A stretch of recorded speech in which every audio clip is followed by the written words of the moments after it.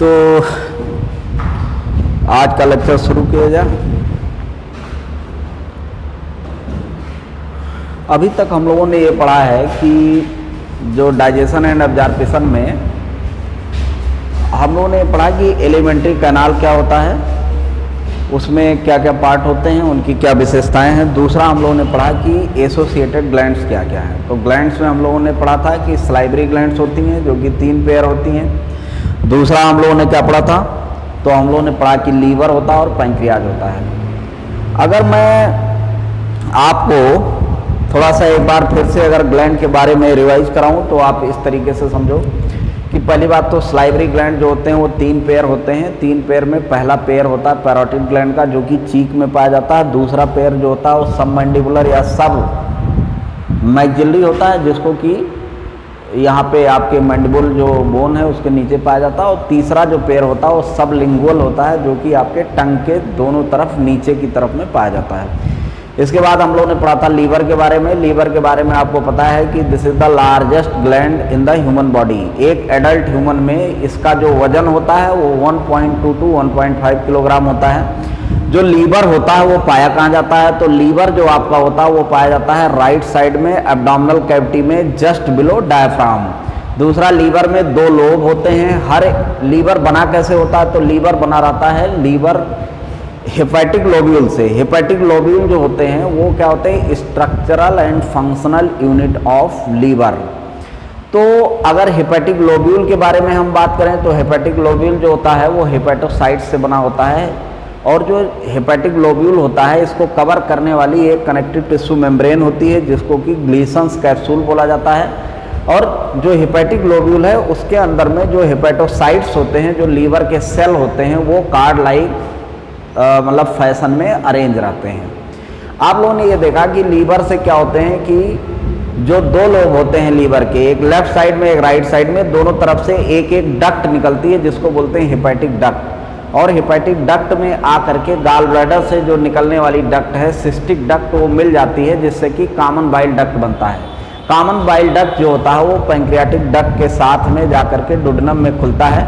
और जहाँ पे ये खुलता है, जब दोनों मतलब कॉमन बाइल डक्ट और पैंक्रियाटिक डक्ट मिल जाते हैं तो जो कॉमन डक्ट बनती है उसको बोलते हैं हेपेटो पैंक्रियाटिक डक्ट। इसके बाद फिर क्या होता है कि ये जाकर के डुडेनम में खुल जाता है और जहाँ डुडेनम में खुलता है उस जगह पे एक वाल लगा होता है जिसको बोलते हैं स्फिंक्टर ऑफ ओडाई। तो यहाँ तक हम लोगों ने बात पढ़ी थी। इसके बाद फिर हमने पढ़ा था पैंक्रियाज के बारे में। तो पैंक्रियाज के बारे में आपको पता है कि एक कंपाउंड ग्लैंड होती है। कंपाउंड ग्लैंड का मतलब कि इसमें एक्सोक्राइन और एंडोक्राइन पार्ट दोनों होता है। ये पाया कहाँ जाता है, तो ये सी शेप जो डुडेनम होता है उसके दोनों लिम्ब के बीच में पाया जाता है। और आपको ये पता है कि इसके एक्सोक्राइन पार्ट से क्या होता है कि एल्कलाइन सिक्रीशन निकलता है रिच इन एंजाइम, जिसके अंदर एंजाइम होते हैं। और जो एंडोक्राइन पार्ट होता है उससे हार्मोन निकलते हैं, कौन कौन से, इंसुलिन और ग्लूकेगान। अब आगे हम लोगों को पढ़ना है डाइजेशन। तो डाइजेशन पहले मैं आपको किताब से पढ़ के बताता हूँ इसमें क्या क्या लिखा है, इसके बाद मैं आपको इसको समझाता हूँ। तो देखो लिखा है the process of digestion is accomplished by mechanical and chemical process. Accomplish मतलब होता है कि पूरा होता है, मतलब ये जो डाइजेशन की प्रक्रिया है ये कैसे पूरी होती है, उसमें 2 चीज़ें लगती है, एक तो केमिकल दूसरा mechanical. The buccal cavity perform the 2 major function. अब जैसे आपने खाना खाया तो सबसे पहले कहाँ जाएगा वो, ओरल कैविटी या बक्कल कैविटी में। तो बक्कल कैविटी के 2 काम है, क्या क्या, buccal cavity performs 2 major function. Mastication of food, मतलब फूड का मैस्टिकेशन। मैस्टिकेशन मतलब होता है चबाना, chewing.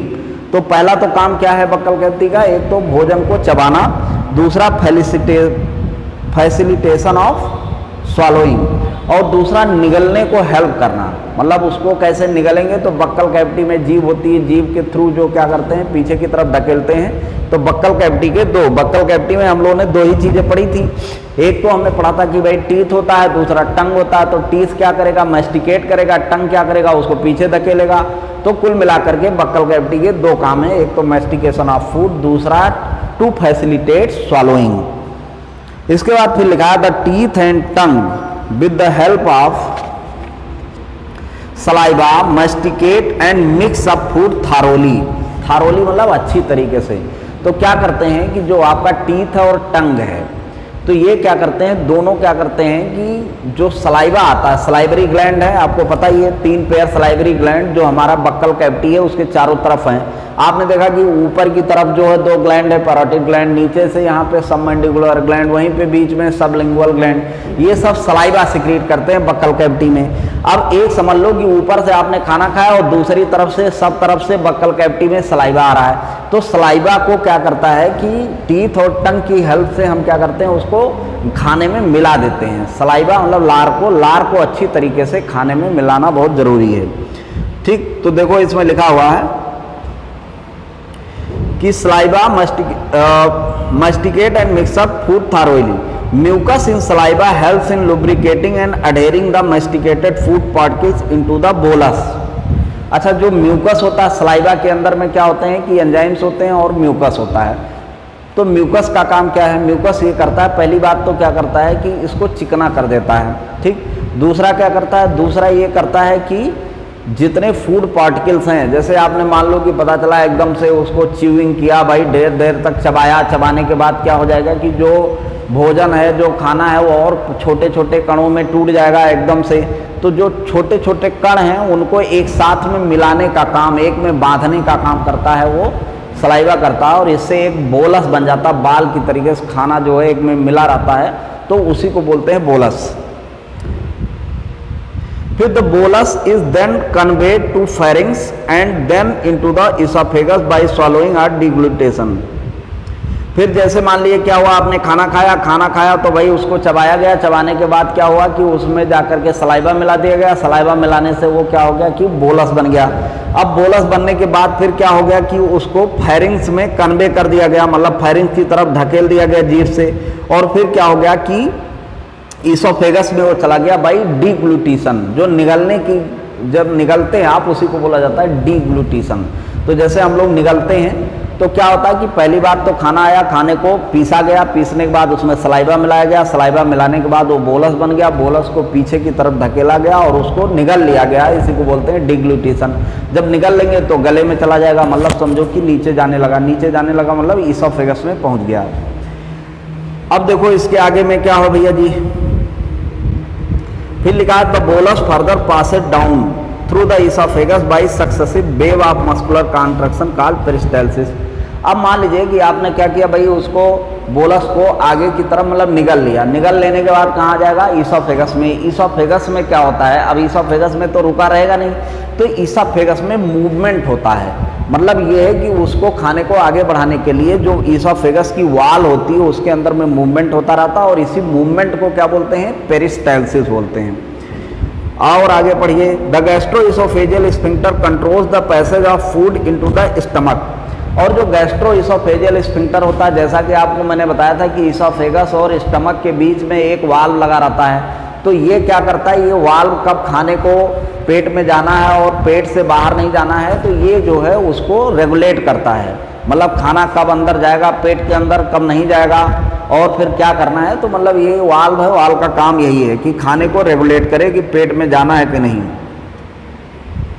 The saliva secreted into the oral cavity contains sodium, potassium chloride, bicarbonate and enzyme, salivary amylase and the lysozyme। तो कुल मिलाकर के जो सलाइवा है, सलाइवा के अंदर में क्या होता है, तो sodium, potassium, chloride and bicarbonate. ठीक, और दूसरा एंजाइम होता है। एंजाइम कौन कौन सा होता है, तो एक लाइसोजाइम होता है और दूसरा सलाइवरी अमाइलेज होता है, जिसको कि टाइलिन बोलते हैं। ठीक, तो कुल मिलाकर के आपसे एक क्वेश्चन पूछा जा सकता है कि ये बताइए भैया कि सलाइवा में क्या क्या होता है। तो सलाइवा में क्या हो गया, सोडियम हो गया, पोटेशियम हो गया, बाइकार्बोनेट हो गया और क्लोराइड हो गया, और साथ में क्या होता है, इसमें लाइसोजाइम होता है और टाइलिन होता है। टाइलिन मतलब सलाइवरी अमाइलेज होता है। तो 2 एंजाइम हो गए। 2 एंजाइम कौन कौन से हो गए, एक तो भैया आपका लाइसोजाइम हो गया, दूसरा सलाइवरी अमाइलेज हो गया, दैट इज टाइलिन। इसके बाद हमारे पास 4 इसमें और जो आयंस हो गए, कौन, सोडियम, पोटेशियम, बाइकार्बोनेट आयन और क्लोराइड आयन। तो ये जो है आयंस होते हैं, और बाइकार्बोनेट आयन के कारण में जो सलाइवा होगा वो क्या हो जाएगा, बेसिक हो जाएगा। तो और आगे पढ़ो, the chemical process of digestion is initiated in the oral cavity by hydrolytic action of carbohydrate splitting enzyme the salivary amylase About 30% of the starch is hydrolyzed here by this enzyme. Optimum pH 6.8 into the disaccharide maltose. Lysozyme present in the saliva act as an antibacterial agent that prevent the infection. तो कुल मिलाकर के देखो saliva में आपने देखा कि sodium potassium chloride bicarbonate salivary amylase और लाइसोजाइम होता है। अब जो chemical process of digestion initiated in the oral cavity में ही खाने का जो प्रोसेस डाइजेशन का प्रोसेस है वो शुरू हो जाता है। जैसे ही आप खाना खाएंगे तो क्या होगा कि जो खाना पचना है वो मुंह से ही शुरू हो जाता है। ठीक, तो इसमें क्या होता है कि जो आपका सलाइवरी एमाइलेज है वो क्या करता है, कार्बोहाइड्रेट को तोड़ देता है माल्टोज में। कार्बोहाइड्रेट क्या होता है, पॉलीसेकेराइड होता है, तो पॉलीसेकेराइड को क्या करता है वो तोड़ देता है डाइसेकेराइड में। डाइसेकेराइड मतलब माल्टोज में। किस पीएच पे तोड़ता है, 6.8 पीएच पे। कितने कार्बोहाइड्रेट को डाइजेस्ट कर देता है, तो ये करता है 30% को। तो ये पूरा आपको जानना है। इस पे जो है 4-5 क्वेश्चन आपके आ जाएंगे। About 30% starch hydrolyzed here by this enzyme, optimum pH 6.8 into the disaccharide maltose. Lysozyme present in the saliva acts as antibacterial agent that prevents the infection. और जो सलाइवा के अंदर में लाइसोजाइम होता है, लाइसोजाइम एंटीबैक्टीरियल होता है, मतलब ये कि जो खाने के अंदर में बैक्टीरिया जाते हैं उनको मारने का काम करता है। आप खाना खा रहे हैं, कुछ भी बैक्टीरिया है, वायरस है, तो बैक्टीरिया को क्या करेगा, वो लाइसोजाइम खत्म कर देगा। इसके बाद लिखा था म्यूकोसा ऑफ स्टमक है गैस्ट्रिक ग्लैंड। गैस्ट्रिक ग्लैंड है 3 मेजर टाइप्स ऑफ सेल। तो कुल मिलाकर के अब इसके आगे जो है शुरू हो जा रहा है स्टमक। तो पहली बात तो हम लोग माउथ के बारे में पता करेंगे। माउथ का मतलब बक्कल कैविटी में। तो अब इस समय हम लोग क्या पढ़ रहे हैं, इस समय हम पढ़ रहे हैं डाइजेशन। अभी तक हमने ये था मशीन पढ़ा था कि हमारे अंदर में जो डाइजेस्टिव मशीन है वो किस तरीके की होती है, मतलब डाइजेस्टिव मशीन किस तरीके की होती है, ये चीज़ हमने अभी तक पढ़ लिया। अब हम लोगों को क्या पढ़ना है कि भाई इस मशीन में कहाँ पे क्या होता है। तो जो मशीन शुरू होती है माउथ से शुरू होती है। दूसरा जो मशीन का पार्ट आता है वो कौन सा होता है, वो बक्कल कैविटी या ओरल कैविटी होता है। तो अब हम लोगों को जरा बक्कल कैविटी में क्या क्या हो रहा है इस बात को देखना है। तो डाइजेशन, अब इसमें नंबर 1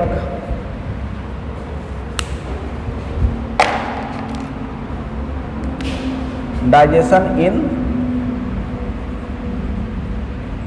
बक्कल कैविटी। तो पहली बात तो ये है कि भाई बक्कल कैविटी में क्या क्या काम होगा। तो पहली बात तो बक्कल कैविटी में क्या है, टीथ। अब अगर टीथ है तो ये क्या करेगा, मैस्टिकेशन करेगा, मैस्टिकेशन। ठीक, दूसरा है टंग। टंग है तो ये क्या करता है,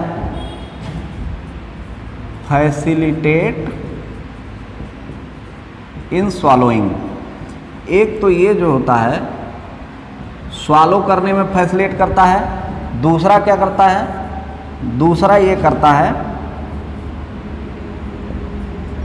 mixes up food with saliva to form bolus. ठीक, तो क्या करेगा, पहली बात टीथ जो होता है, टीथ से हम मैस्टिकेट करेंगे। मुंह बक्कल कैविटी में क्या क्या हो रहा है, एक तो मैस्टिकेशन हो रहा है, ये किससे हो रहा है भैया, टीथ से। टंग ने क्या किया, टंग ने पहली बात तो ये किया कि जो भी खाना था खाने को और जो पीसने के बाद मतलब मैस्टिकेशन के बाद जो भी खाना है और उसको सलाइवा में मिला देना। मिलाने के बाद उसको हेल्प करना किसमें, स्वॉलोइंग में। इसके बाद फिर क्या आता है, फिर ये आता है कि भाई अब इसमें जो है माउथ बक्कल कैविटी में तीसरी चीज क्या है, तीसरी चीज है सलाइवा। ठीक, क्योंकि आपने देखा एक टीथ होता, दूसरा टंग, तीसरा चीज सलाइवा आता है। सलाइवा में आप लोगों को पता है कि सलाइवा कहाँ से आता है, 3 पेयर सलाइवरी ग्लैंड होते हैं। अब सलाइवा में क्या क्या होता है, तो एक होता है सोडियम, दूसरा होता है पोटेशियम, तीसरा होता है क्लोराइड और चौथा होता है बाइकार्बोनेट। ठीक, और इसमें जो एंजाइम है, एंजाइम 2 हैं। कौन कौन से एंजाइम हैं, तो एक होता है सलाइवरी एमाइलेज, इसी का दूसरा नाम है टाइलिन।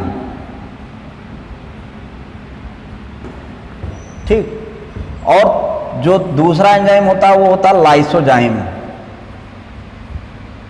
लाइसोजाइम।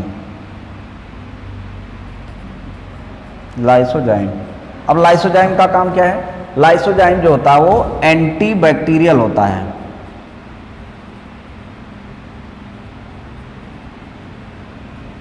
एंटी बैक्टीरियल होता है मतलब क्या करेगा? ये बैक्टीरिया को मार देगा। आपने खाना खाया, खाना पता चला कहाँ का खाना खाया, होटल में खाया, पता चला सड़क के किनारे जो है, हाईवे के किनारे होटल में आप खा रहे हैं, ढेर सारे धूल और गंदगी उसमें आके खाने में पड़ रही, तो उसको खा रहे हो। तो भगवान ने ऐसी व्यवस्था किया हुआ है कि जो भी खाना जाएगा उसमें पहले केमिकल जैसे सैनिटाइज किया जाएगा। जो इस तरह में सैनिटाइजर चल रहे हैं ना, उसी तरीके से भगवान ने बहुत पहले व्यवस्था किया कि जो खाना आपने खाया पहले उसको बक्कल कैविटी में सैनिटाइज किया जाएगा, उसके अंदर जितने वायरस बैक्टीरिया उनको मार के भगा दिया जाएगा। किससे भैया? ये लाइसोजाइम एंजाइम तुरंत उसमें मिला दिया जाएगा ला करके। अब खाना हमारा सही हो गया। अब सही होने के बाद फिर ये सलाइवरी एमाइलेज है। सलाइवरी एमाइलेज क्या करेगा? तो ये जो सलाइवरी एमाइलेज होता है ये क्या करता है कि जैसे हम खाते क्या हैं? Carbohydrate, polysaccharide. खाने में आप लोगों को पता है कि हम लोग क्या क्या खाते हैं? तो हम लोग भैया जी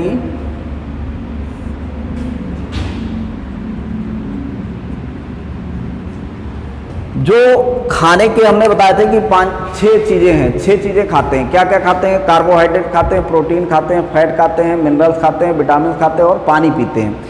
इन 6 चीज़ों में जो मेन 3 जो पचाने की ज़रूरत पड़ती है किसको किसको? एक तो कार्बोहाइड्रेट को, दूसरा प्रोटीन को, तीसरा फैट को। मिनरल और विटामिन को पचाने की जरूरत नहीं होती है, ये खुद ऐसे जैसे रहते हैं वैसे ही आजाद रहते हैं और पानी में भी कुछ करने की जरूरत नहीं होती। तो कुल मिलाकर के हम लोगों को ये तीनों चीज़ें पचानी है। तो मुंह के अंदर में क्या होता है कि पॉलीसैकेराइड जो होता है वो एट pH 6.8 pH पे in the presence of salivary amylase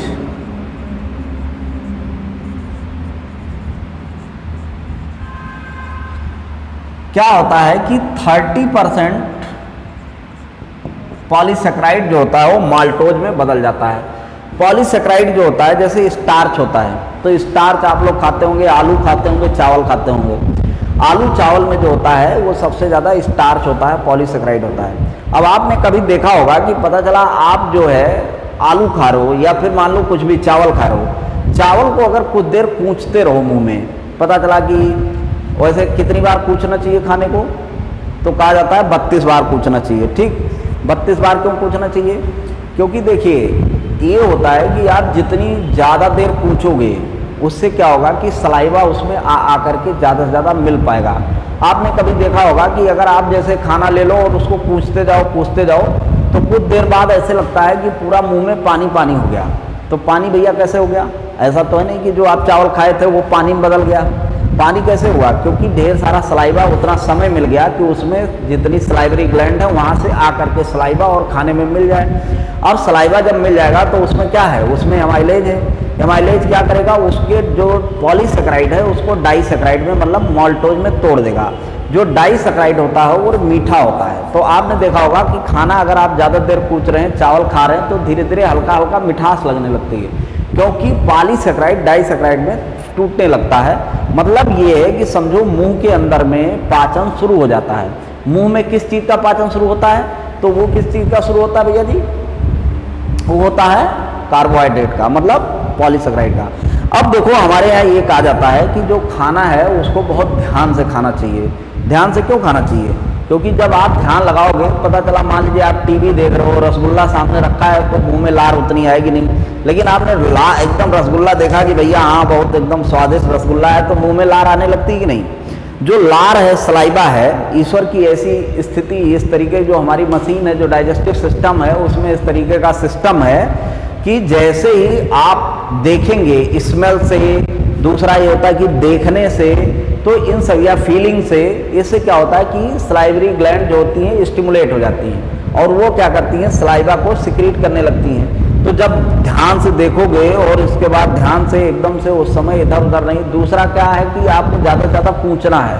ये कहा गया जितना ज़्यादा पूछोगे तो बढ़िया से डाइजेशन यहीं से शुरू हो जाएगा, और जब डाइजेशन सब जगह पे अच्छे से होगा तो आपको कभी गैस नहीं बनेगी, कभी कुछ नहीं। तो जिन लोगों को ये दिक्कत रहती है कि पेट में दिक्कत है, पेट में गैस बहुत बनती है या पेट साफ नहीं होता है ये है, तो उनको पहला नियम तो ये शुरू कर देना चाहिए। पहला नियम क्या है कि ज़्यादा से ज़्यादा खाने को कूच के खाया जाए, और कम से कम 32 बार। वैसे 32 बार आप कर नहीं पाएंगे, क्योंकि आप करके देखिएगा, मुझे लगता है कि 20-22 में ही इतना पतला हो जाता है, इतना एकदम लिक्विड की तरीके से हो जाता है मुंह में खाना। 20, 23, 24, 25, 26 बार जैसे पूछेंगे, इतने में ही आपका जो है एकदम खाना समझो कि लिक्विड हो जाएगा, अपने आप वो चला जाएगा, और आपको पेट में गैस नहीं बनेगी। जिन लोगों को गैस बनती है वो आप अपने घर में उन लोगों को बता सकते हैं कि ये काम शुरू कर दें वो लोग। तो देखो भैया, आपको जो है कुल मिलाकर के माउथ के अंदर में क्या होता है कि जैसे पॉलीसेक्राइड, लगभग 30% पॉलीसेक्राइड जो होता है वो माल्टोज में कन्वर्ट हो जाता है, मतलब 30% पॉलीसेक्राइड का डाइजेशन यहाँ पे शुरू हो जाता है in the presence of salivary amylase at the pH 6.8। तो आपसे अगर ये पूछा जाए कि भाई माउथ के अंदर में, मतलब आपके बक्कल कैविटी के अंदर में कुछ होता है कि नहीं, तो बक्कल कैविटी में आज से आपको ये बात समझ लेना है कि बक्कल कैविटी में डाइजेशन शुरू हो जाता है किसका, पॉलीसेक्राइड का शुरू हो जाता है, मतलब स्टार्च का शुरू हो जाता है। और किस pH पे, 6.8 pH पे कितना हो जाता है, 30% का हो जाता है, और वो कन्वर्ट हो जाता है माल्टोज में, दैट इज डाइसेक्राइड में। ठीक है, तो अब आपको ये बात समझ में आ गई। अच्छा देखो, इसमें एक बात और है, एक दो वर्ड है। पहली बात क्या होगा कि जब आप खाना खाओगे तो खाना जाएगा माउथ में, माउथ के मतलब बक्कल कैविटी में। बक्कल कैविटी में क्या होगा, उसका मैस्टिकेशन होगा। मैस्टिकेशन का मतलब उसको चबाया जाएगा, उसमें सलाइवा को मिलाया जाएगा, बोलस बन जाएगा, बोलस को पीछे धकेला जाएगा, फिर उसे डीग्लूटिशन बोलते हैं, निगलने को बोलते हैं डीग्लूटिशन। तो इसके बाद उसका डीग्लूटिशन होगा,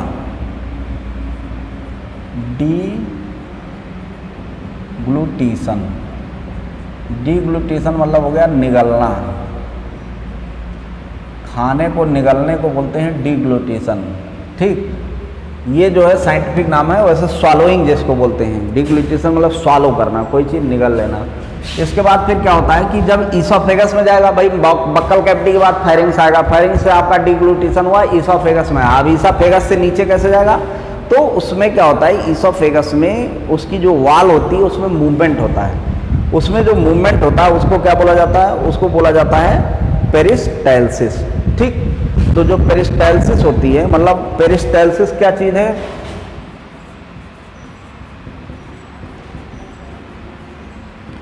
तो पेरिस्टाल्सिस होता है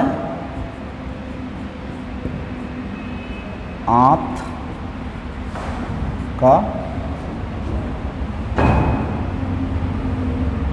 मूवमेंट, आंत में जो मूवमेंट होता है उसी को बोला जाता है पेरिस्टाल्सिस। ठीक, अब देखो तीसरा क्वेश्चन आपसे पूछा गया है, कोई पूछेगा भाई बताओ सलाइवा में क्या क्या होता है, तो सलाइवा में सोडियम होता है, पोटेशियम होता है, क्लोराइड होता है, बाइकार्बोनेट होता है, सलाइवरी अमाइलेज होते हैं, दैट इज टाइलिन, और लाइसोजाइम होता है एंटीबैक्टीरियल। ठीक, तो कुल मिलाकर के आपको ये पूछा जाएगा। दूसरा ये पूछा जाएगा कि बताओ माउथ में क्या चीज़ डाइजेस्ट होता है, तो किस चीज़ का डाइजेशन होता है, पॉलीसेक्राइड का होता है, पॉलीसेक्राइड। फिर ये पूछेंगे अच्छा बताओ किस pH पे होता है, तो pH क्या होता है, 6.8 होता है। ये फिर पूछेंगे कि ये बताओ कितने % पॉलीसेक्राइड जो होता है माउथ में डाइजेस्ट हो जाता है, तो उसमें आ जाएगा कि 30%। फिर ये पूछा जाएगा कौन करता है, तो भैया सलाइवरी अमाइलेज करता है, जिसका कि दूसरा नाम टाइलिन है। तो कुल मिलाकर के आपको ये वाला जो समीकरण है, ये जो रिएक्शन है, इस बात को आपको बहुत अच्छे तरीके से याद रखना है। दूसरा इसके अंदर में क्या क्या है ये चीज़ें याद रखना है। तो इस तरीके से आपने समझ लिया है कि बक्कल कैविटी में क्या क्या हो रहा है। अब आगे हम लोग बढ़ेंगे तो क्या आएगा भैया, आपने खाना खाया तो आपको पता चला बक्कल कैविटी आई, बक्कल कैविटी में क्या हुआ, सलाइवा मिल गया। सलाइवा में क्या क्या चीज़ है, 2 एंजाइम है। कौन कौन से एंजाइम है, एक तो लाइसोजाइम है, दूसरा क्या है, टाइलिन है, जिसका कि नाम सलाइवरी अमाइलेज भी है। सलाइवरी अमाइलेज का काम क्या है, ये पॉलीसेक्राइड को माल्टोज में बदल देता है, दैट इज डाइसेक्राइड में बदल देता है। एट pH 6.8 जो होता है 30% पॉलीसेक्राइड को डाइसेक्राइड में बदल देता है। ठीक, इसके बाद फिर क्या करेंगे कि खाना अब स्टमक की तरफ जाएगा, बक्कल कैविटी से क्या हुआ, फिर अब जाएगा स्टमक में। तो अब हम लोग देखें कि पेट के अंदर क्या क्या होता है, तो इसको जरा हम लोग पढ़ते हैं। तो दो इसमें देखो लिखा हुआ है कि द म्यूकोसा ऑफ स्टमक है गैस्ट्रिक ग्लैंड। गैस्ट्रिक ग्लैंड है 3 major types of cells. Mucus neck cell which secretes mucus. इसके बाद फिर लिखा है peptic or chief cell which secrete the proenzyme pepsinogen and parietal or oxyntic cell which secretes HCL and intrinsic factor essential for absorption of vitamin B12। ठीक, इसके बाद होता है फिर आगे देखो लिखा है कि the stomach stores the food for 4 to 5 hours। The food mixes thoroughly with the acidic gastric juice of the stomach by the churning movement of its muscular wall and is called crime. The proenzyme pepsinogen on the exposure to hydrochloric acid gets converted into the active enzyme pepsin, the proteolytic enzyme of the stomach. Pepsin converts the proteins into the proteases and peptones. The mucus and bicarbonate present in the gastric juice play an important role in the lubrication and the protection of mucosal epithelium from the excoriation by the highly concentrated hydrochloric acid. HCl provides the acidic pH 1.8 optimal for the pepsins. Renin is a proteolytic enzyme found in the gastric juice of infant which helps in the digestion of milk protein. Small amount of lipases are also secreted by the gastric glands। तो कुल मिलाकर के हम लोग अगर stomach के बारे में पूरा पढ़ लें तो समझो कि बहुत हो जाएगा, ठीक ना आज का काम।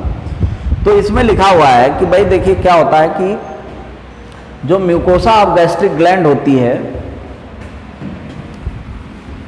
जो म्यूकोसा होता है उसके अंदर में पाए जाते हैं गैस्ट्रिक ग्लैंड, और जो गैस्ट्रिक ग्लैंड होते हैं उसमें क्या पाए जाते हैं कि 3 तरीके के सेल पाए जाते हैं। ठीक, तो हमने बक्कल कैविटी का डाइजेशन देख लिया।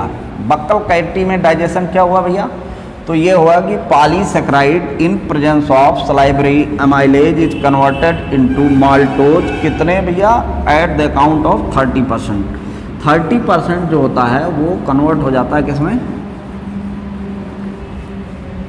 माल्टोज में। अब इसके बाद हम लोगों को पढ़ना है कि नंबर दूसरा कि digestion in stomach. Buccal cavity में आपने देख लिया डाइजेशन इन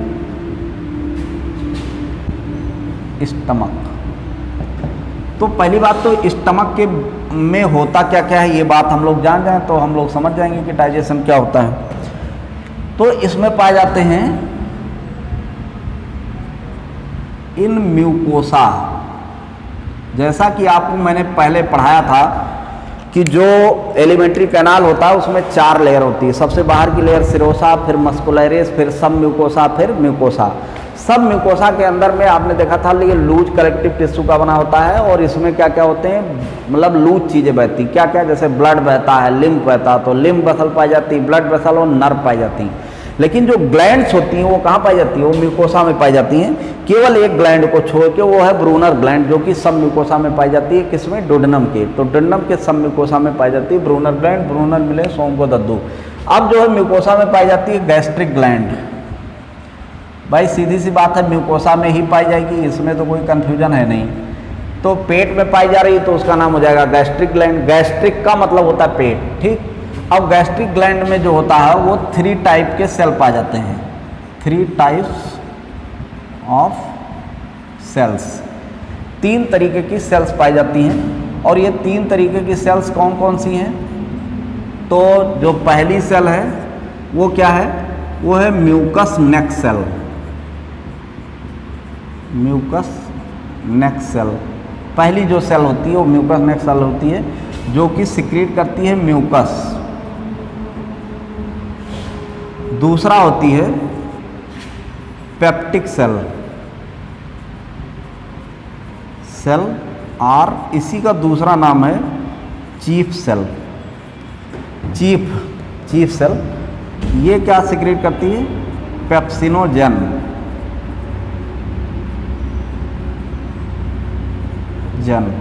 और जो तीसरी सेल होती है वो होती है पैराइटल सेल और ऑक्जेंटिक सेल।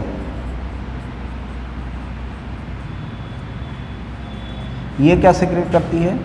ये सीक्रेट करती है HCl एंड इंट्रिंसिक फैक्टर।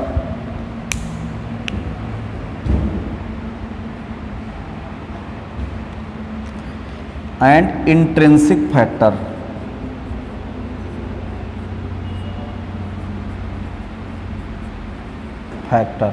ठीक। तो कुल मिलाकर के आपने ये देख लिया कि भाई जो पेट होता है, पेट के म्यूकोसा में क्या मिलते हैं? गैस्ट्रिक ग्लैंड होते हैं। गैस्ट्रिक ग्लैंड में 3 तरीके के सेल होते हैं, म्यूकस नेक सेल जो कि म्यूकस सिक्रीट करते हैं, पेप्टिक सेल और चीफ सेल जो कि पेप्सिनोजन सिक्रीट करते हैं, पैराइटल सेल और ऑक्जेंटिक सेल जो कि HCl और इंट्रिंसिक फैक्टर सिक्रीट करते हैं। तो कुल मिलाकर के आपने ये देखा कि जब खाना आप खाएंगे तो पहले माउथ में जाएगा, माउथ में क्या होगा कि उसका मैस्टिकेशन किया जाएगा, उसमें सलाइवा मिलाया जाएगा। सलाइवा के अंदर में जो होता है वो एंजाइम होता है, कौन कौन सा? लाइसोजाइम होता है। दूसरा कौन सा एंजाइम होता है? वो जो होता है टाइलिन होता है या सलाइवरी एमाइलेज होता है। जो सलाइवरी एमाइलेज है वो पॉलीसेकेराइड को माल्टोज में कन्वर्ट कर देता है, दैट इज पॉलीसेकेराइड को डाइसेकेराइड में कन्वर्ट करता है 30% को। इसके बाद फिर खाने को हम भेजेंगे पेट में। पेट के अंदर जब जाएगा तो पेट के अंदर में क्या क्या जूस होता है भाई? Gastric juice. गैस्ट्रिक जूस में क्या क्या है? एक तो म्यूकस है, दूसरा पेप्सिनोजन है, तीसरा HCl और इंट्रिंसिक फैक्टर, क्योंकि ये सब यही तो सिक्रीट करेंगे। तो अब हम लोगों को देखना है कि जब पेट में खाना जाएगा तो क्या काम किया जाएगा। तो जैसे ही स्टमक में फूड जाता है तो पहला काम क्या किया जाता है कि उसको फिर वहाँ पे भी पीसा जाएगा। जैसे माउस से क्या हुआ कि भाई यहाँ पे तो समझो भगवान ने ढेर सारे हथौड़े लगा के रखे हुए हैं, दांत, उनके बीच में उनको एकदम पीस पीस के जितना छोटा कर पाया उतना किया गया। इसके बाद जो स्टमक होता है, स्टमक की मसल जो होती है वो बहुत मजबूत होती है, क्योंकि जब आपको मैंने मस्कुलरिस पढ़ाया था उस समय मैंने बताया था कि जो आपकी एलिमेंट्री कैनाल होती है, जो उसकी वाल होती है, उसमें जो मस्कुलरिस लेयर होता है, मतलब सबसे बाहर सिरोसा फिर मस्कुलरिस। मस्कुलरिस में 2 लेयर होता है। एक बाहर की जो लेयर होती है वो लॉन्गिट्यूडनल मसल फाइबर की होती है और अंदर वाली सर्कुलर की होती है। और मैंने ये भी बताया था कि कुछ जगह ऐसी होती है जहाँ पे कि जो मसल होती है वो बहुत मजबूत होती है और वहाँ पे 3 लेयर हो जाता है, मतलब लॉन्गिट्यूडनल और सर्कुलर के बीच में एक ऑब्लिक मसल लेयर भी आ जाती है। और वो कौन सी जगह होती है? होता है स्टमक। मतलब स्टमक की जो मसल होती है वो बहुत ही मोटी होती है, वो बहुत ही मजबूत होती है। इसलिए मजबूत होती है क्योंकि खाने को और ज़्यादा पीसना है यहाँ पे, तो इसमें चर्निंग मूवमेंट होता है। मतलब जो स्टमक क्या करता है कि जो खाना आपने उसमें भेजा उसको बहुत मखेगा, उसको एकदम पीसेगा, और जो ये पीसने की प्रक्रिया है इसी को बोला जाता है चर्निंग मूवमेंट। और जब चर्निंग मूवमेंट के बाद में समझो कि भोजन एकदम लपसी की तरह बन गया, उसको बोला जाता है काइम। जैसे वहाँ ऊपर क्या बना था? ऊपर बना था बोलस। जब जो है माउस से क्या किया गया था कि जब दांत ने उसको पीस पीस के छोटे टुकड़े में मिला दिया था, उसमें फिर आकर के सलाइवा मिल गया था तो बोलस बन गया था। लेकिन यहाँ पे क्या होता है? स्टमक उसको चर्निंग मूवमेंट के आधार पे पीस के बना देता है काइम। ठीक। तो अब देखो कि हम लोगों को ये समझना है कि भाई खाना आ गया स्टमक में, स्टमक में ये चीज़ें हैं, क्या क्या चीज़ है? तो पहली बात तो इसमें है म्यूकस नेक सेल, म्यूकस।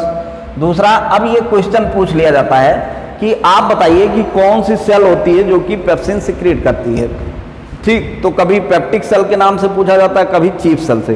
तो बहुत बार ये कन्फ्यूजन होता रहता है। ये सब ऐसे हैं, इनको मुझे ये लगता है कि इनको फार्मूलों से कवर करना चाहिए।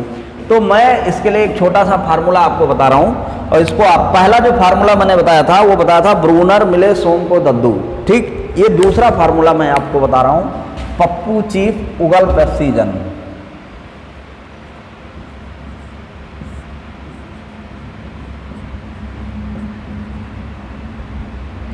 चलो इसको बाद में देखेंगे, अभी पहले आप इसको जान लीजिए। जो पेप्टिक सेल होता है या चीफ सेल होता है, ये क्या करता है? पेप्सिनोजन सिक्रीट करता है। ठीक। अब पेप्सिनोजन जो होता है, नहीं इसका फार्मूला तो लिख ही लो भैया जी।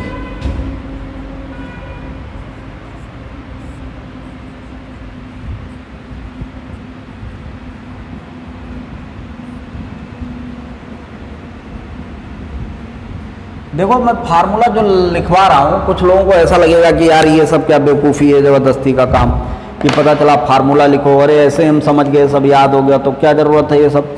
तो भैया जिनको ऐसे याद हो जा रहा वो चीज़ जो है ना करें, क्योंकि देखो मैं आपको बता दूं, पढ़ने वाले जो लड़के होते हैं वो 3 तरीके के होते हैं, ठीक। एक लड़के होते हैं जो कि काफ़ी ब्रिलियंट होते हैं, वो कितने होते हैं, लगभग 20% होते हैं। उनको आप पढ़ाओ चाहे ना पढ़ाओ, चाहे कुछ बताओ चाहे ना बताओ, वो भगवान के यहाँ से ऐसे उतरते ही हैं कि उनको पढ़ना है, ठीक। अगर वो ना पढ़ें तो उनको एंजाइटी होने लगती है और उनको एसिडिटी हो जाती है, वो बेचारे बीमार हो जाते हैं। तो ऐसे बच्चों को, चूँकि वो भगवान के यहाँ से उतरे हैं पढ़ने के लिए, तो ऐसे बच्चों के लिए कोई ज़रूरी नहीं है, ना तो फार्मूले की ज़रूरत है, ना जुगाड़ की ज़रूरत है, ना कुछ पढ़ाने की भी बहुत ज़रूरत नहीं है।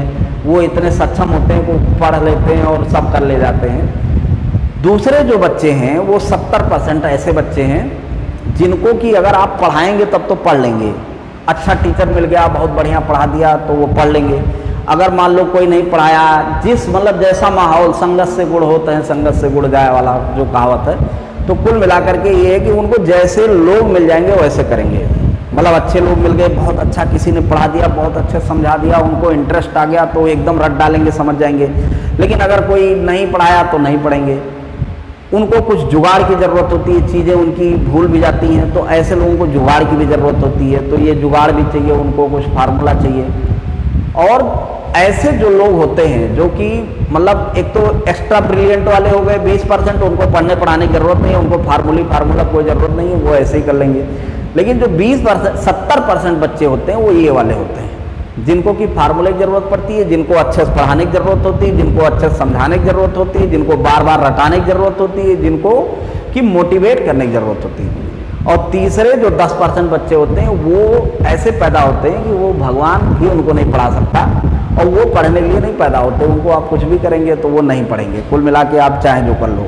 तो मैं एक्चुअली 70% बच्चों में आता हूँ, क्योंकि भाई हम लोग भी बहुत एक्स्ट्रा ब्रिलियंट वाले नहीं हैं कि पता चला जो है किसी गुरुजी ने अच्छा पढ़ा दिया तो हम लोग भी पढ़ लिए और हम लोग भी कुछ कर ले गए।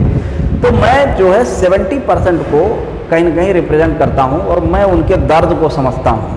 तो इसलिए जो मैं ये पढ़ा रहा हूँ, तो जिन बच्चों को ये लग रहा है कि ये सब बेवकूफ़ी है, मैं पढ़ लूँगा, तो वो अच्छे बच्चे हो सकते हैं। लेकिन जिन लोगों को ऐसा लगता है कि नहीं इससे भी कुछ काम होगा हमारा, और मैं आपको बताऊँ मैंने जो अपने जीवन में कुछ किया है फार्मूला बेस्ड, क्योंकि मैं ये अभी तो ऐसे लगता है कि पहले एक्स्ट्रा बर्डन लगता है कि ज़बरदस्ती का एक बार लिखो फिर उसको रटो, पता नहीं याद होगा हमको कि नहीं याद होगा, फिर हम कुछ कर पाएंगे कि नहीं कर पाएंगे। लेकिन होता क्या है कि मैं आपको ये गारंटी देता हूँ, और मैंने किया है और तमाम लोगों को करवाया, और मेरे साथ के जितने भी लोगों ने किया है उनको निश्चित रूप से इसका लाभ हुआ और वो बहुत ही एकदम टेंशन फ्री, उनको लगा कि यार जीवन में हम कुछ भी कर सकते हैं इस आधार पे। तो ये एक ब्रह्मास्त्र है, ये जो है धीरे धीरे आपका बनेगा और आपको ये जो लाभ देगा वो लास्ट में देगा। जब आप अभी से ऐसे कुछ करना नहीं है, उसको पढ़ने में कोई समय भी नहीं लगता। आप एक बार ऐसे पढ़िए पप्पू चीफ गल्फ ऑक्सीजन, और फिर आपने पढ़ लिया कि ब्रूनर मिले सोम को दद्दू। तो इसमें क्या होता है, एक ज़माना ऐसा आ जाता है कि जब आप लास्ट में जाते हो तैयारी करते करते 4 महीना 6 महीना 8 महीना 10 महीना आपका बीत जाता है, तो आप जो है आपके पास एक ऐसा हथियार तैयार हो जाता है और आप कुछ नहीं, सुबह उठ के एक बार अगर पढ़ लोगे तो 20-30 दिन बाद वो अपने आप रट जाता है। मतलब आप समझो कि ये अपने आप बहुत ही आसानी से रट जाता है और आप सबसे ज़्यादा कॉन्फिडेंट उसी सब्जेक्ट में हो सकते हो जिसके फार्मूले हों। आपको ये लगेगा कि यार मैं तो 4 घंटे में रिवाइज कर सकता हूँ पूरी बायोलॉजी। अब आप सोचो आपके पास ऐसी कोई व्यवस्था नहीं। अगर आपको अभी रामायण पढ़ना हो, बहुत लोगों को आपने देखा होगा रामायण होता है, तो रामायण में क्या होता है कि लोग 24 घंटे में पूरा रामायण पढ़ डालते हैं। लेकिन अगर उसी रामायण को कहीं गद्य के रूप में रख दिया जाए तो क्या गद्य के रूप में कोई 24 घंटे में पढ़ पाएगा? ना तो उसको इंटरेस्ट आएगा, ना तो वो पढ़ पाएगा, ना तो वो रिवाइज कर पाएगा। और बहुत ऐसे लोग आपको मिल जाएंगे उनको पूरा रामायण लाइन टू लाइन पूरी चौपाई रटी हुई है। कैसे? किसी भी चीज़ को आप जब किसी दूसरे फॉर्म में कर लेते हैं तो वो चीज़ें आसान हो जाती हैं और उसको करना बहुत आसान हो जाता है। और इस आधार पर आप पूरा रामायण रख सकते हैं। तो आप सोचो ये जो चारों किताबें हैं रामायण से तो ज़्यादा नहीं है, तो इसको बहुत ही आसानी से आप कर पाएंगे। तो ये जिनको ये लग रहा हो कि बड़ा एक्स्ट्रा बर्डन सर बढ़ा दे रहे हैं और ज़बरदस्ती का इसमें ऐसे समझाने के अलावा फार्मूला भी, तो इसके अपने बहुत ही सीक्रेट लाभ हैं और ये वही समझ सकता है जिसने कभी किया हो। और आप अगर करेंगे तो निश्चित आपको इस बात की फीलिंग बाद में समझ में आएगा कि क्या है। तो इसका पहले मतलब समझ लो। पप्पू का मतलब है पेप्टिक सेल,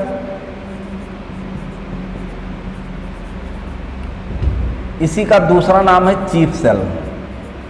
अब बहुत बार लोग कंफ्यूज हो जाएंगे कि पेप्टिक सेल का नाम चीफ सेल था कि पैराइटल सेल का नाम चीफ सेल था। बहुत बार पेप्टिक सेल को आप आर्जेंटिक सेल सोचेंगे, इसका दूसरा नाम आर्जेंटिक है, तो इसलिए ये चीज़ें कभी ना हो।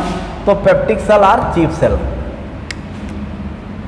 उगल पेप्सिजन, उगल मतलब ये पेप्सिजन को उगलता है, मतलब peptic cell or chief cell, आर कर लो यहाँ, चीफ सेल सिक्रीट्स पेप्सिनोजन।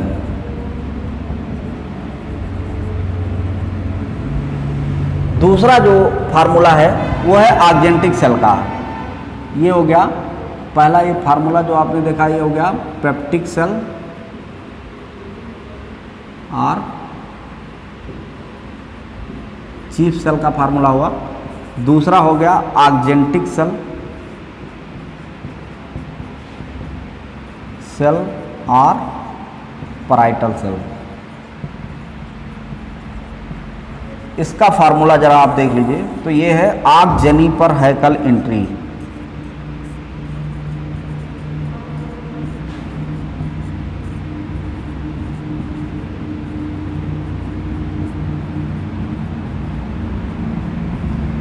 इसका मतलब हो गया आगजनी मतलब आर्जेंटिक सेल।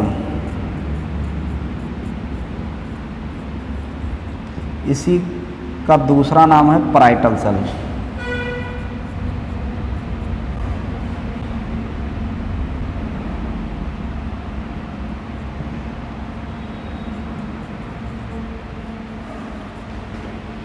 ये क्या सिक्रीट करता है? ये हैकल मतलब हाइड्रोक्लोरिक एसिड, सिक्रीट्स हाइड्रोक्लोरिक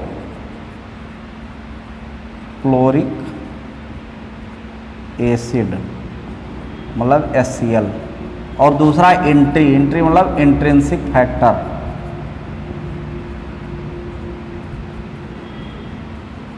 ठीक, तो कुल मिलाकर के मेन पेप्टिक सेल और चीफ सेल पेप्सिनोजन सिक्रीट करता है, दूसरा पैराइटल सेल और आर्जेंटिक सेल ये क्या सिक्रीट करता है? HCl और इंट्रिंसिक फैक्टर सिक्रीट करता है। अब इंट्रिंसिक फैक्टर का काम क्या है, तो ये मैं आपको बता दूं।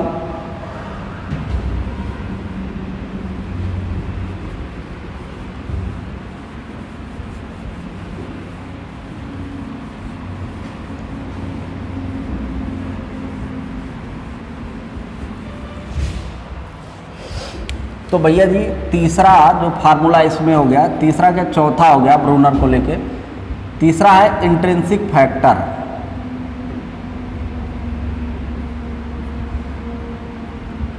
इंट्रिंसिक फैक्टर का है इंट्रीसोखे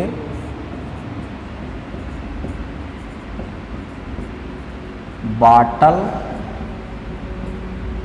बूटी। इंट्रीसोखे बाटल बूटी, इसका क्या मतलब हो गया? एंट्री का मतलब हो गया इंट्रिंसिक फैक्टर, फैक्टर। सोखे का मतलब absorbs, intrinsic factor helps in absorption of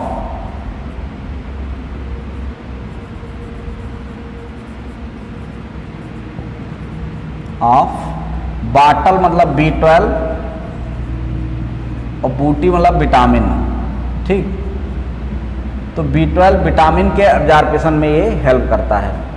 ठीक, तो अब देखो क्या हो रहा है कि स्टमक में किस तरीके से डाइजेशन हो रहा है। तो पहले आपने खाना खाया, खाना खाने के बाद में क्या होता है कि माउथ में गया, बक्कल कैविटी में गया, बक्कल कैविटी में वहाँ सलाइवा मिला, सलाइवा से क्या हुआ? पॉलीसेकेराइड को माल्टोज में कन्वर्ट कर दिया गया, 30% को एट द pH 6.8। इसके बाद फिर वो आगे बढ़ गया, आगे बढ़ गया पेट में आ गया। पेट के अंदर में क्या है कि पेप्सिनोजन होता है। जो आर्जेंटिक सेल होते हैं पेट के अंदर में HCl सिक्रीट होता है। HCl है हाइड्रोक्लोरिक एसिड, और ये इतना एसिडिक होता है पेट का जो मीडियम है, होता है pH होता है 1.8।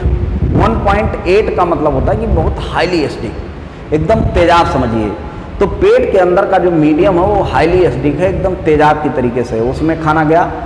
अब क्या होता है कि जब HCl के मतलब इस HCl के संपर्क में पेप्सिनोजन आता है, क्योंकि आपको पता है कि पेट के अंदर में ये है, क्या क्या है? पेप्सिनोजन है और यहाँ HCl है। HCl के कारण जो पेप्सिनोजन क्या होता है? एक्टिवेट हो जाता है, और पेप्सिनोजन किस में कन्वर्ट हो जाए? पेप्सिनोजन कहाँ निकल रहा है? पेप्सिनोजन निकल रहा है पैराइटल सेल से, सॉरी पेप्सिनोजन कहाँ? चीफ सेल से या पेप्टिक सेल से। तो जो पेप्टिक सेल है वहाँ से क्या निकल रहा है? पेप्सिनोजन। अब पेप्सिनोजन जो निकल के आया उसको क्या हुआ कि जैसे वो HCl से मिला तैसे पेप्सिन में कन्वर्ट हो गया।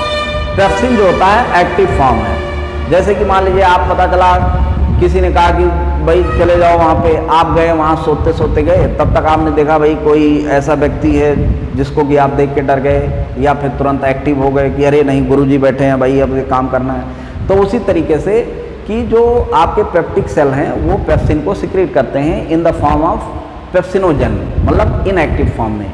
फिर क्या होता है कि अब जैसे ही पेप्सिनोजन आया उसने HCl को देखा तो वो एक्टिव हो गया। अब एक्टिव हो गया तो उसका काम क्या है? तो पेप्सिन का काम है प्रोटीन को तोड़ना। प्रोटीन को तोड़ेगा किसमें? प्रोटीएजेज में और पेप्टोन्स में। तो क्या करता है वो? प्रोटीएजेज और पेप्टोन्स में तोड़ देता है। दूसरा हमारे पास एक और है, वो है इंट्रिंसिक फैक्टर। तो इंट्रिंसिक फैक्टर का क्या काम है?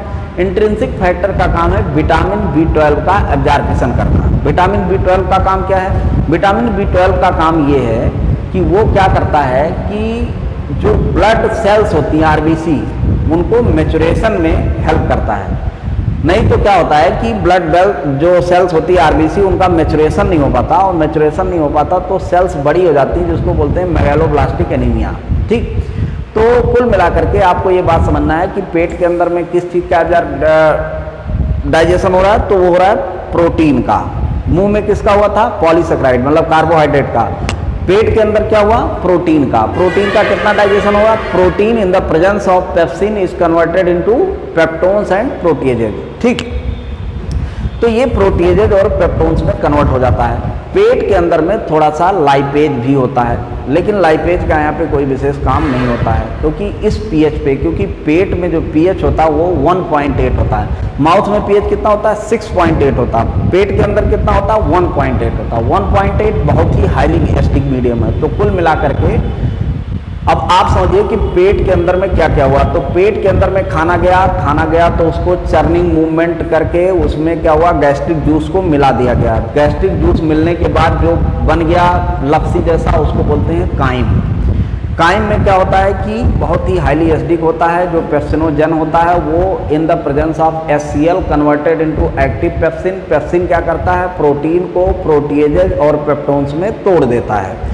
इसके बाद पेट के अंदर में क्या होता है कि एक चीज़ होती है इंट्रिंसिक फैक्टर। इंट्रिंसिक फैक्टर का काम है विटामिन B12 का एब्जॉर्प्शन करना, और विटामिन B12 का अगर कमी हो जाए किसी के अंदर तो क्या हो जाता है कि हमारे पास खून की कमी हो जाती है। खून की कमी कौन सी? उसको बोलते हैं मेगालोब्लास्टिक एनीमिया। इसीलिए कुछ लोगों को जिनको पेट का कैंसर हो जाता है उसमें कभी कभी पूरा पेट निकालना पड़ता है, मतलब जो पूरा स्टमक काट के निकाल दिया जाता है। ऐसे केस में क्या होगा कि वहाँ पे चूंकि इंट्रिंसिक फैक्टर नहीं रह जाएगा, तो इंट्रिंसिक फैक्टर नहीं होगा तो विटामिन B12 की कमी हो जाएगी और उसको एनीमिया हो जाएगा। इसलिए ऐसे मरीजों को विटामिन B12 का इंजेक्शन समय समय पे लगाना पड़ता है। ठीक है, अब आप कहेंगे कि भाई उसमें तो पेप्सिन भी नहीं रहेगा। तो अभी जब आप और आगे पढ़ेंगे कि आप देखेंगे पैंक्रियाटिक जूस होता है, इंटेस्टाइनल जूस होता है, तो वहाँ पे प्रोटीन को पचाने के लिए अलग अलग एंजाइम वहाँ भी सिक्रीट होते हैं। तो प्रोटीन को, कार्बोहाइड्रेट को और इसके बाद फैट को, इन सबको पचाने के लिए एंजाइम और जगह मिल जाएंगे। लेकिन जो इंट्रिंसिक फैक्टर है वो पेट के अलावा कहीं पे भी सिक्रीट नहीं होता। इसीलिए अगर किसी का पेट निकल जाएगा, पेट काट के निकाल दिया जाएगा, तो उसको विटामिन B12 का इंजेक्शन बीच बीच में लगाना पड़ेगा, क्योंकि इंट्रिंसिक फैक्टर ना होने के कारण शरीर में विटामिन B12 की कमी हो जाएगी। ठीक, तो कुल मिलाकर के मैं इस लेक्चर को आज यहाँ पे ख़त्म कर रहा हूँ। इसके बाद जो है फिर से पेट के अंदर क्या क्या हो रहा है उसको हम लोग बहुत अच्छे से पढ़ेंगे। अभी फिलहाल मैं एक और फार्मूला आपको बता दूं, इतने फार्मूले आप पढ़ लीजिएगा और आप इसको रट लीजिएगा, क्योंकि इसमें एक चीज़ और होती है। जो बच्चे होते हैं इन्फेंट का मतलब होता है जो 1 साल तक के बच्चे होते हैं। 1 साल तक के जो बच्चे होते हैं उनके अंदर में क्या होता है कि एक एंजाइम पाया जाता है रेनिन। रेनिन जो होता है एक हार्मोन भी होता है जो कि किडनी में सिक्रीट होता है, उसको बाद में हम लोग पढ़ेंगे। अभी आप जो है रेनिन के बारे में जो यहाँ पे पढ़ना है, रेनिन क्या करता है कि जो मिल्क का प्रोटीन होता है उसके डाइजेशन में हेल्प करता है। तो रेनिन के बारे में क्वेश्चन आ जाएगा तो किडनी वाला रेनिन जो है वो बाद में पढ़ाएंगे। अभी आप ये चौथा फार्मूला लिख लो रेनिन के बारे में। तो रेनिन में है कि रेनिन दूध पचाए बच्चा।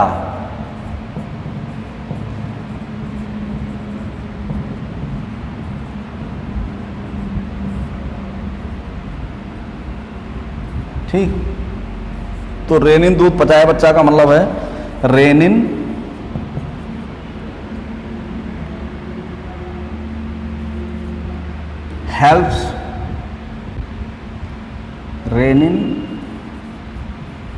Helps in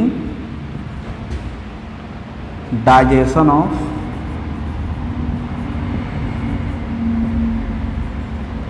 milk protein. दूध पचाए का मतलब ये हो गया कि rennin helps in digestion of milk protein. और बच्चा का मतलब फाउंड इन इन्फेंट, बच्चों में पाया जाता है, फाउंड इन इन्फेंट। तो रेनिन जो होता है इन्फेंट में पाया जाता है और ये मिल्क प्रोटीन को डाइजेस्ट करने में हेल्प करता है। तो ये कुल मिलाकर के इतनी चीज़ें आप पढ़ लीजिए। इसके बाद अगले लेक्चर में हम स्टमक में क्या क्या डाइजेशन हो रहा है उसको फिर से रिवाइज कर देंगे, जिससे कि आपको पता चल जाएगा। वैसे फिलहाल आपको एक बार मैं बता दे रहा हूँ, फिर से आप समझ लीजिए। स्टमक में क्या होता है, स्टमक के अंदर में जो होते हैं गैस्ट्रिक ग्लैंड्स होते हैं। गैस्ट्रिक ग्लैंड कहाँ पाए जाते हैं, म्यूकोसा में पाए जाते हैं। म्यूकोसा के अंदर में जो गैस्ट्रिक ग्लैंड है उनमें 3 सेल पाए जाते हैं। एक म्यूकस सेल पाया जाता है, म्यूकस सेल का काम है म्यूकस सिक्रीट करना। दूसरा पेप्टिक सेल आर्चीफ सेल पाया जाता है जो कि पेप्सिनोजन सिक्रीट करता है। तीसरा जो पाया जाता है वो पाया जाता है आपका आर्गेंटिक सेल और पराइटल सेल, जो कि HCl सिक्रीट करता है और इंट्रिंसिक फैक्टर सिक्रीट करता है। जब पेट के अंदर में खाना जाता है तो उसको चर्निंग मूवमेंट के थ्रू जो है गैस्ट्रिक जूस उसमें मिलाया जाता है और इससे काइम बन जाता है। दूसरा क्या होता है कि जो पेप्सिनोजन होता है वो एसिड के प्रेजेंट में HCl के प्रेजेंस में क्या होता है कि एक्टिव हो जाता है और पेप्सिन में कन्वर्ट हो जाता है। और जो ये एक्टिव पेप्सिन होता है ये प्रोटीन को प्रोटीएजेज और पेप्टोन्स में तोड़ देता है। तो कुल मिलाकर के पेट के अंदर में प्रोटीन का जो होता है वो डाइजेशन होता है। माउथ के अंदर में क्या होता है, मिठाई का डाइजेशन होता है। माउथ के अंदर में क्या हो गया, कार्बोहाइड्रेट का डाइजेशन होता है। मतलब माउथ का मतलब बक्कल कैविटी में किसका हो गया, कार्बोहाइड्रेट का। जबकि पेट के अंदर में प्रोटीन का डाइजेशन होता है। पेट के अंदर में जो इंट्रिंसिक फैक्टर निकलता है जो कि आर्गेंटिक सेल से निकलता है, उसका काम होता है विटामिन B12 का एब्जॉर्प्शन करवाना। विटामिन B12 की अगर कमी हो जाए तो आदमी के अंदर में खून की कमी हो जाती है, जिसको कि मेगालोब्लास्टिक एनीमिया बोलते हैं। इसके बाद जो होता है आपके पास थोड़ा सा लाइपेज भी इसमें मिलता है। और इसके बाद की जो चीज़ें हैं उसको मैं अगले टर्न पे आपको बताता हूँ। मैंने 3-4 फार्मूले भी आपको बता दिए हैं। मेरी बात आप मानिए, जितने फार्मूले मैं बता रहा हूँ उसको एक अलग डायरी में इसी तरीके से लिखते जाइए, 1 नंबर 2 नंबर 3 नंबर। और मेरे कहने पे आप कुछ ना करिए, बस सुबह 5 मिनट ऐसे एक बार बिना मन के पढ़ दीजिए। 30 दिन बाद या फिर जब आप 2 महीना 4 महीने बाद देखेंगे तो आपको इसका लाभ समझ में आएगा कि ये फार्मूलों का क्या लाभ है। मैं आपको ये बता सकता हूँ कि ये फार्मूले बहुत ही लाभप्रद हैं। ये आपके समझिए कॉन्फिडेंस को बहुत ही ऊपर कर देते हैं। ये अपने आप में एक रामबाण है जो कि हम लोगों को समय के साथ में पूरे साल में तैयार कर लेना है। तो चलो, आज के लेक्चर के लिए बहुत बहुत धन्यवाद। अब आगे वाले लेक्चर में फिर यहाँ से शुरू किया जाएगा।